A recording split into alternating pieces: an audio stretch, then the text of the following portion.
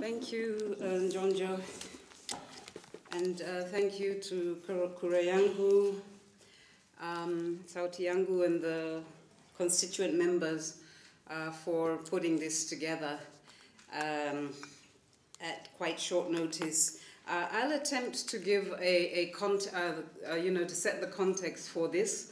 And Waikwa and Andrew will be speaking in detail to some of the aspects that I'm going to just touch on briefly in terms of giving an overview. As Jonjo said, Kura Yangu has been working over the course of the 2017 Kenyan election cycle on conducting assessments and analyses related to the country's readiness for and administration of elections. And this analysis has been conducted throughout the entire electoral cycle. And this builds on earlier work, as we've said before, for those of you who've attended other forums that we've held. This builds on work which we've been doing, well, basically starting from the disputed elections of 2007-8, which ended up in widespread violence.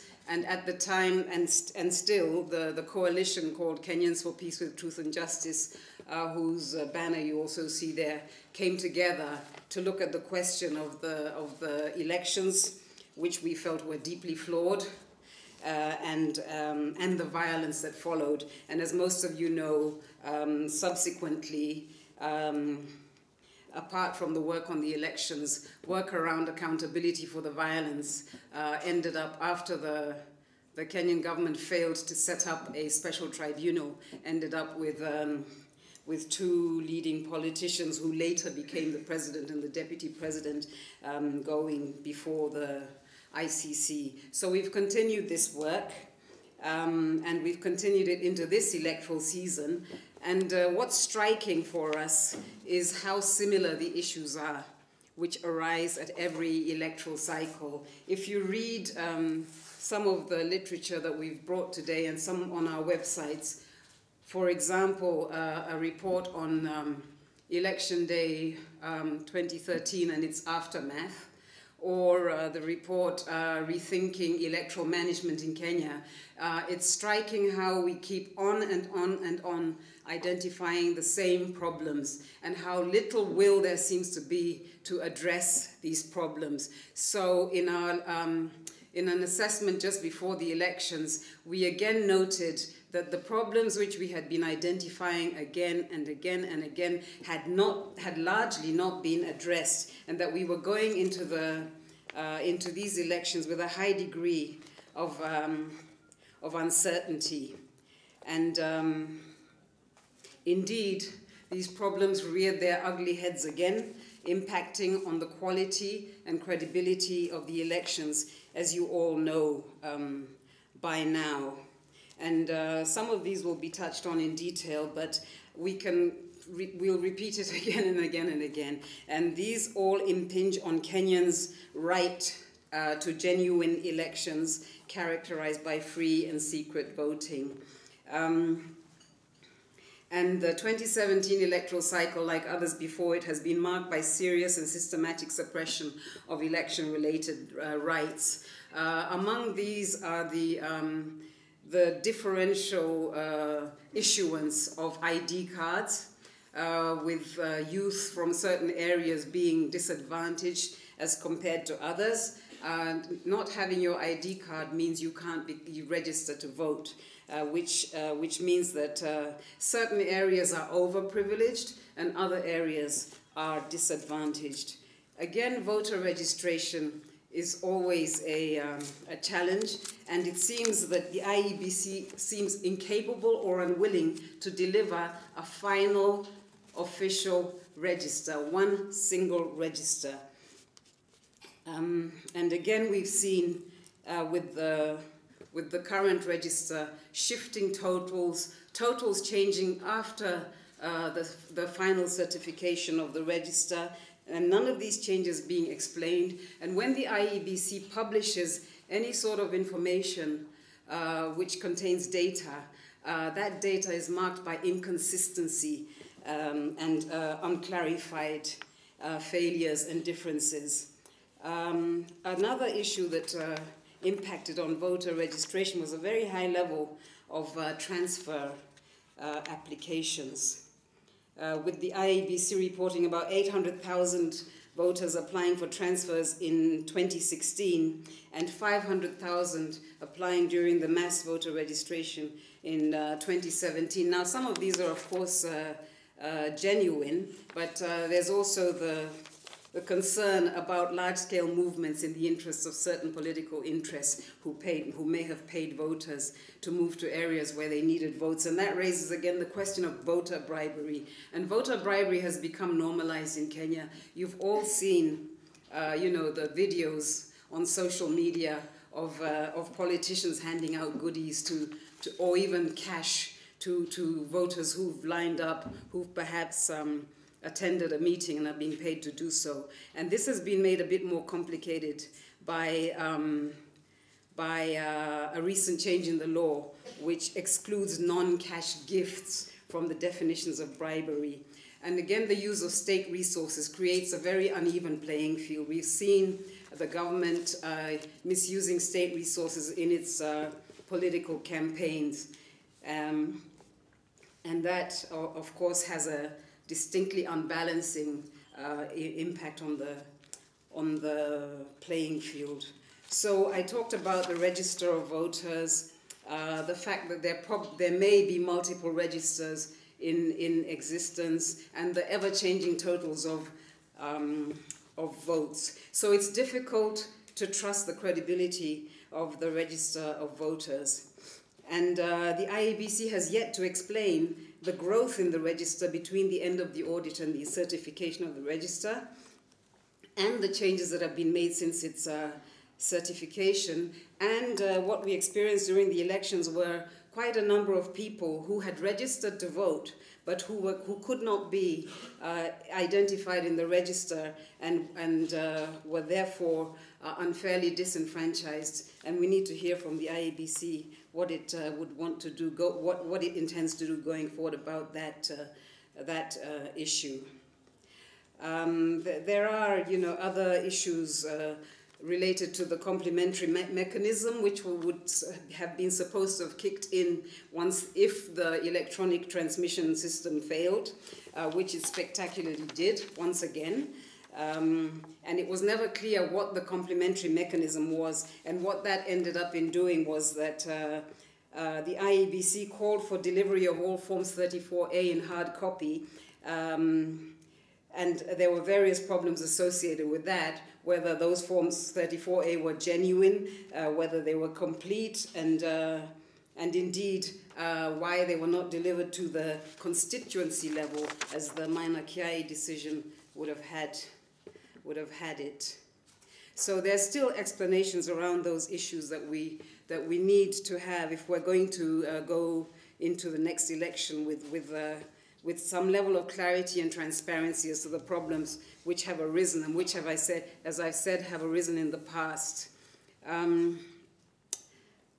I think we'll hear, obviously, also about IEBC officers presiding officers who, due to lack of network coverage in their areas, have to move away from the polling stations to transmit their results. The arrangements for that, for the security of the vote, etc., were not at all clear, and indeed questions were raised in the end as to the location of many of the electronic transmission machines. And then, of course, there are very many questions related to voting, which have arisen in past elections and which arose again now. And there seems to be a total, when we hear about the Supreme Court proceedings, we'll hear that there seems to be a lack of clarity as to what constitutes the official forms. As you heard in court, there were conflicting explanations given about the features that were supposed to be attached to those forms to give us comfort and security that indeed the forms which were being presented were actually genuine forms. And this is something that the IEBC still needs to clarify. There are a number of other issues which will come out in the presentations, but it's striking that again we have inconsistent results in circulation. We have 3 sets of presidential election results in circulation. We have the IEBC's verbally announced results as recorded on Forms 34A and Forms 34B, and results as recorded in the IEBC's public portal. All of these results are different, and the sources of these results remain unclear, and the number of registered voters mentioned in these results are also different. So there are hosts of technical difficulties which need to be addressed if we're going to go into the next elections with any level of comfort, and which we analyzed in our work before, leading up to the elections, and indeed in our post-election analysis of the results that we could get and of the forms that were published. The problems we identified before are the problems that cropped up in the elections and after the elections, and that's the same situation that we had in 2013. And again, we have a situation where Kenyans do not know what happened to their elections. They do not know what the results of their elections were. They didn't know it in 2007-8, they didn't know it in 2013, and they don't know it now. And it's unlikely that the IEBC, given the condition, the state of its record keeping, will be able to provide Kenyans with that answer. And I think that in itself is a condemnation of the IEBC's conduct of the election. But as you know, we will be holding another presidential election after the Supreme Court annulled the presidential election held on 8th August and ordered a fresh election. We await the detailed judgment of the court, and this will hopefully outline more specifically what the court found to have gone wrong with the election, leading to the extremely bold decision for its nullification. And just before, this was after the elections, that we held a public forum again as Kura Yangu to highlight the legacy of the 2013 Supreme Court decision. And those of you who were there will remember that we were extremely skeptical about the chances of any challenge to the elections winning if the Supreme Court was not prepared to reverse itself. And I think we'll hear more from Waikwa, but we were all extremely skeptical, and I think we had every reason to be, given the precedent that the 2013 Supreme Court under Willie Mutunga had bequeathed this country. And it was obviously a stunning moment for all of us when the Supreme Court, under Chief Justice David Maraga, indicated that the elections had not been held to satisfactory legal and constitutional standards, and annulled it, declared the results null and void. He indicated that elections are a process rather than an event, and this leads to the conclusion that the detailed judgment is likely to find that aspects of the process fail to comply with the applicable electoral law. And as we discuss the legal aspects, we think that's a vindication of our position as civil society, who in 2013 went to court to challenge the process, not so much the outcome, the results, but the process. And we feel vindicated, and we're, we're elated that the Supreme Court has reasserted its authority, reasserted its faithfulness to the Constitution, and reasserted constitutional standards for the Kenyan voter. And I think the court needs to be congratulated for having the immense courage to do that in the face of immense pressure and threats. So even as we await the decision, preparations for the fresh elections must start. And already the IEBC has announced that the 17th of October is the date for the fresh election. Now, this setting of a date would appear to have been one of the least challenging tasks facing the IEBC as it goes forward. but unfortunately managed to mess that up also by simply failing to consult with all parties concerned. And this date has become the subject of a completely avoidable controversy because obviously the opposition complained about the unilateral manner in which the IEBC arrived at that date. And it didn't help that the date was the same one that a government minister, interior minister, indicated was preferable to the government. An avoidable perception was thus created that the IEBC does not act independently and had fixed the election date on the basis of the preferences of the Jubilee government. And given the multiplicity of issues that still need to be resolved, I don't know how many of you have seen, for example, NASA's statement, the leading opposition party statement on the things which must change before a credible election can be held, and other political parties, smaller political parties. We had, I think, with us a representative of the Third Way Alliance, and their leader has been very vocal on the things which need to change before credible elections which can be considered credible, free and fair and transparent can be held. And so it would seem that the date set was not only set unilaterally and appearing to favor one side unnecessarily, but also set unnecessarily soon, given the multiplicity of things that need to be done. Now, once the Supreme Court had given its judgment, initially the Jubilee leadership took the position that it would abide by the judgment, even though it did not agree with it. But I think those of you who saw the president speaking at the time saw the conflict on his face in terms of he made the right noises, but he was not very happy with the decision. And indeed, later in the course of the same day, he came out in a very unrestrained way, engaging in what can only be called vilification of the court. Those of you who have been on social media, I'm sure all of you have heard the sort of language which was used against the Supreme Court by the president and the other leadership of the Jubilee Party.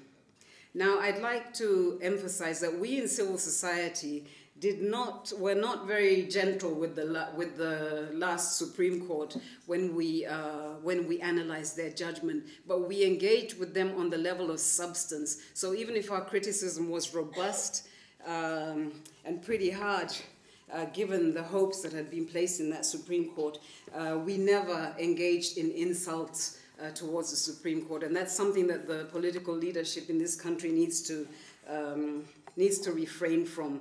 And the president, as the leader and sworn to uphold the Constitution, should not be seen to engage in the sort of unrestrained and belligerent insulting of the court, of the Supreme Court judges that he's been engaging in.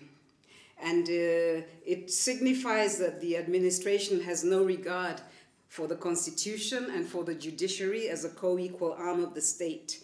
And creates massive problems in the management of public affairs. It also means that perhaps Jubilee does not consider courts of law an option in the event that there is a complaint against the fresh election, which would set the stage for significant problems.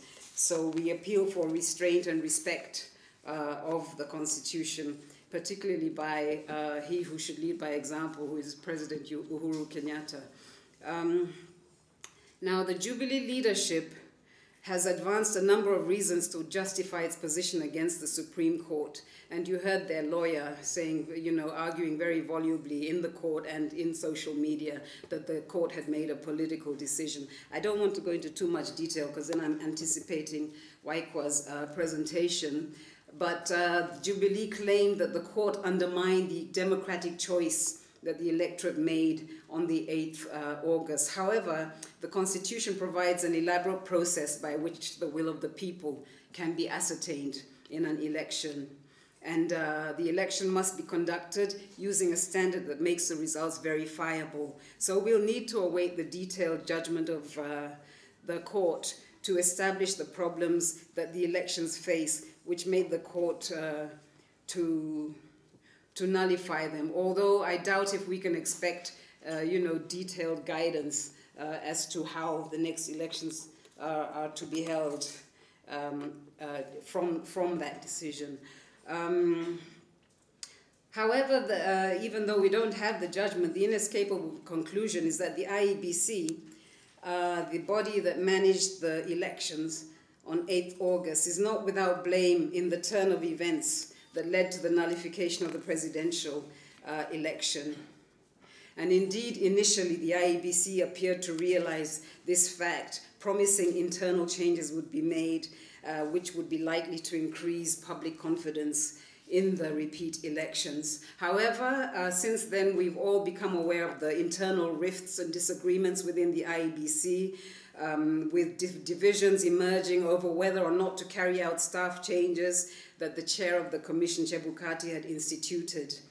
A major outstanding issue in the commission is how preparations touching on technology will be managed ahead of the fresh elections. As you know, the IEBC brazenly failed to comply with several orders that the Supreme Court had issued regarding the scrutiny of the computer servers, leaving little doubt that the non-compliance was willful and calculated to avoid accountability. And I hope that a document has been posted to our websites, Kura Yangu, Inform Action, and hopefully soon KPTJ, which one of our computer experts looked at the ICT experts report from the election, and we produced a document sort of explaining the issues called Election Petition ICT Expert Report, What You Need to Know.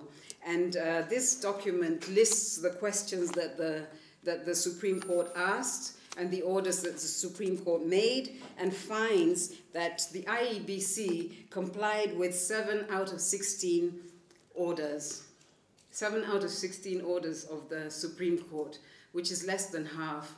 And I can't imagine a greater expression of impunity than ignoring an order of the Supreme Court judges. And I think we may hear something about that from presenters who are coming up with very, very worrying sort of findings. For example, we do not know whether integrated electoral management kits, we don't know where many of them were on election day. Can't establish their location because the GPS was switched off, and other such findings, which I'm simply going through to underline that there is no way that the IEBC can think that it can simply act as if nothing has happened and blithely go on to, have PR photo ops showing some sort of purported reconciliation between the chairman and the CEO of the IEBC, and think that they can simply paper over the cracks and go ahead without being accountable to the public for what are illegalities, what are crimes, what are electoral offenses. And we will be having an action tomorrow to call for the Director of Public Prosecutions to move against electoral officials for committing crimes. We all know that in successive electoral cycles, offenses have been committed and nobody has ever been held accountable. And until we start holding people accountable, we're going to keep on having the problems that we experience at every election. So while we have this, we're moving in uncharted waters. This is unprecedented. Not just in Kenya, but in Africa and probably internationally as well. There are very, very few examples of a Supreme Court having the courage to overturn a presidential election. But at the same time, there's little evidence of the IEBC's commitment to make atonements for their failures. And I've already mentioned the disunity, etc. The chair has announced that the IEBC will carry out an independent scrutiny of the IT infrastructure and also allow external participation in this deployment of technologies during the fresh election. But the atmosphere for developing these ideas has been undermined by infighting.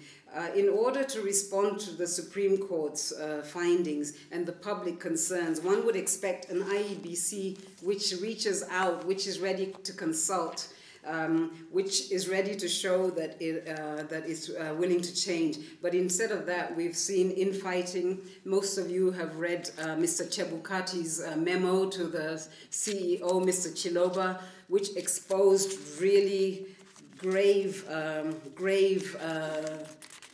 issues and seemed to support the allegations and assertions of the opposition about what went wrong in this election. So we'd like to make 3 demands on the IEBC. First, in the eyes of the public, the staff of the IEBC have too much to say about the electoral operations at the expense of the commissioners. To ensure that the commissioners take control of their own work, they must effect key staff changes before the fresh election, and the key changes must target members of staff that are perceived to be partisan. And we do this in full consciousness. We say this in full consciousness that not all the commissioners can be said to be above board and non-partisan and professional and full of integrity in pursuing their duties. But we demand that they do undertake the key staff changes before the fresh elections. We cannot go into fresh elections with the same staff who have presided over repeated failures and distortions of the electoral cycle. Second, the IEBC must carry out a comprehensive and open audit of the information technology systems and enable the public to have as much participation as possible. The IEBC can only counter this grave damage to its reputation by being transparent and open and allowing people to assure themselves that the systems which will be used in the fresh elections are trustworthy. And third, during the preparation for the fresh election, the IEBC must allow the participation of all political parties in the decisions made regarding technology, and representatives of political parties must be embedded in the technology discussions and decisions. That, of course, means that the political parties must step up to the plate and be prepared to do a professional and thorough job. But the IEBC must be inclusive and open and allow the participation of all political parties in decisions made regarding technology. The decisions made around technology. Fourthly, since the IEBC suffers from a crisis of confidence, it needs to open up its formal plenary meetings to public observation. As a confidence-building measure, the IEBC should also invite each of the 2 leading political parties, NASA and Jubilee, to designate 2 individuals who, as observers, will be embedded in commission meetings. Now, I'm sure that, for example, representatives of the Third Way Alliance would have something to say about that, and I think that I would agree. This should be open to any political party that wants to participate, but definitely the 2 leading ones. And participation is a constitutional value, so this doesn't need very much, strain on the part of IEBC to do so.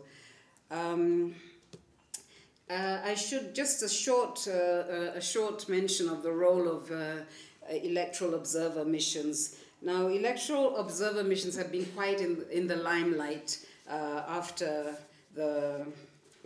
these elections, during the elections, and after the elections, and then after the decision by the Supreme Court. They've come in for some very, very robust and even harsh criticism. Much of it, we would say, was justified, some of it unfair. And also not all electoral missions were the same. There are those who had the capacity and the interest to have, you know, to observe the entire process rather than just parts of the process, and you know, make observations based on just observations of the election day, which is really the problem. We've said again and again that Kenyans do their civic duty, they line up, they vote, and then their vote is then basically hijacked. So we had obviously the example of Mr. John Kerry, which was not a very positive example in terms of how electoral observers should speak out, well aware that a process is still ongoing and has not been completed. And as I say, some of the criticism may have been unfair, but we do hope that lessons will be learned by the electoral observer missions as we go forward. But their role, I would underline, remains essential, even though improvements are needed. And we really don't need, it's no use, it has very little utility to have electoral observer missions that come in, observe a small part of the process, and then give very far-reaching pronouncements, especially pronouncements which undermine the constitutional aspirations of the people. But we believe their role continues to be important. Lessons will be learned, but they, you know, in the fresh elections, it will be very important to have as many observers as possible, both local and international, with obviously a methodology that has been adjusted to learn lessons. So some of the dangers in terms of the political context is that after 2 failed presidential elections, as I conclude, and with a third one that the Supreme Court has now nullified, as sensational as that nullification was, the country is running into a situation where a section of the public will feel that the democratic process excludes them. And this is something that has been exacerbated by the political leadership.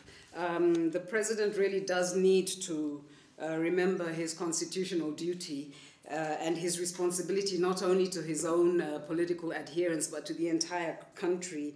So the sort of careless pronouncements which have been made in the last days, with the most recent one being that if the opposition candidate wins, the Jubilee Party has the numbers to change the constitution and also has the numbers to impeach that new president. I think these are the sort of pronouncements that we would want to be dialed down in the interests of political stability and in the interests of not increasing political temperatures. The president, the leader of the opposition, the leaders of the opposition, political leaders, the IEBC need to recognize that all the hopes for stability for an anxious country are now resting on the efforts in the fresh elections.